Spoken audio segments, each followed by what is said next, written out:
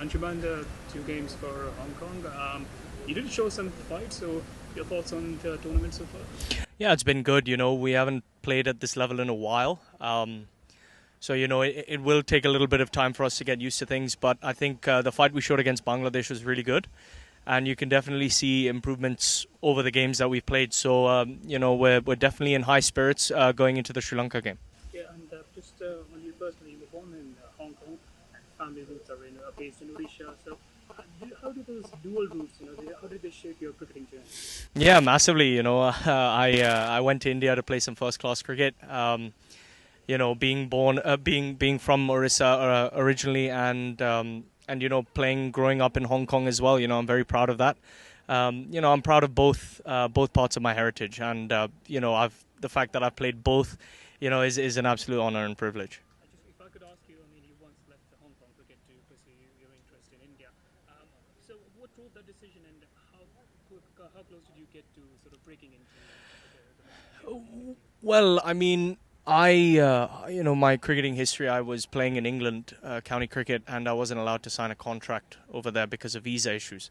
So I knew the benefits of being involved in a system, and I had an Indian passport. And for me, seeing the benefits, of how much you can grow your cricket, having that passport definitely motivated me to go and pursue that. And I did play first class cricket for a couple of years. Met some lifelong friends.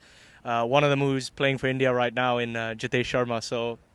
So yeah, I mean it was a fantastic experience, and it's on the CV. So that's always nice. You talk about Jitesh Sharma. Can you just tell a bit about your friendship or camaraderie you shared with him? Anything at all about him?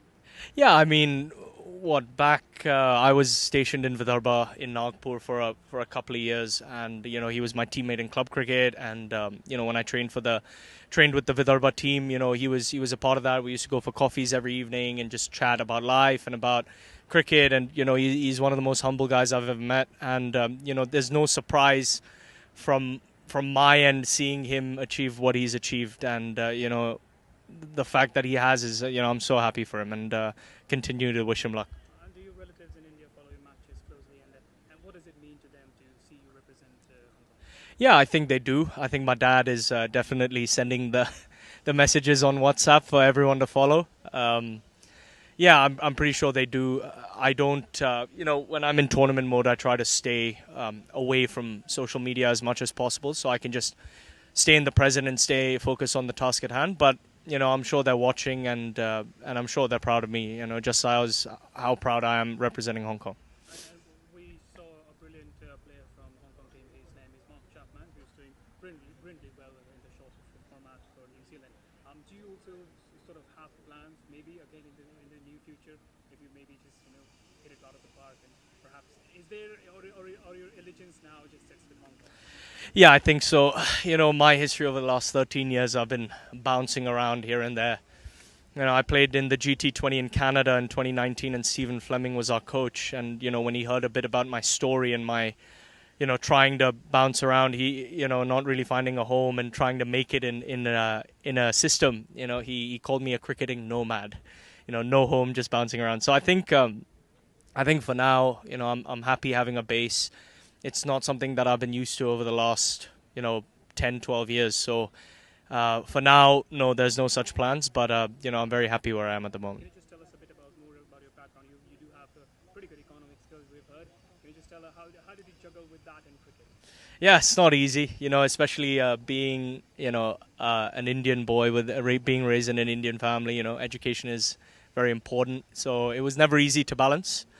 But I always look at the bigger picture. I've been raised to look at the bigger picture of things, and one of those things is that unfortunately, we all would love to have 30, 40 years careers in cricket, but unfortunately, we can't. So planning for the future is just as important for me as staying in the present. So that's something that I've definitely looked to be of importance for me. Just one of the ones. Can you just tell us a bit about how is cricket picking up? I mean, we know it must be massive among the South Asian diaspora, but is it picking up among the local Hong Kong?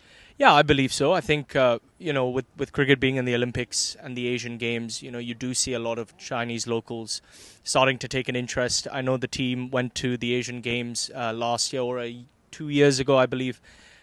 Yeah, Hangzhou, and there was a lot of support for the Hong Kong team, Hong Kong China team, and it'll only grow from there. And I think now that it's in the Olympics and the Asian Games, I think there are a lot of eyes on Hong Kong China cricket. So as long as we keep doing the right things, keep putting in the performances, it's in our hands. And if we do that, then I'm sure in the future we'll get what we deserve. Just final one. Beyond the Asia Cup, are Hong Kong also have they also set sights on the World Cup that will be in India? And if you do guys qualify, what would it mean to you to play in India? Unfortunately, we didn't get out of our group for the India World Cup.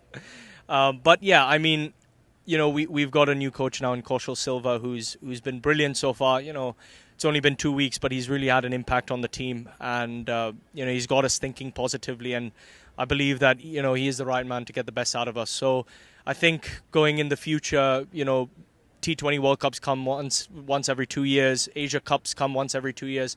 Plus, you got the 50 over stuff to fight for. So there's a lot of cricket for us, and there's a lot to look forward to in the future. Any favorites in the Indian team right now you have? Jitesh Sharma, because he's a good friend of mine. All right, cool. Thank you very much. Thank you so much.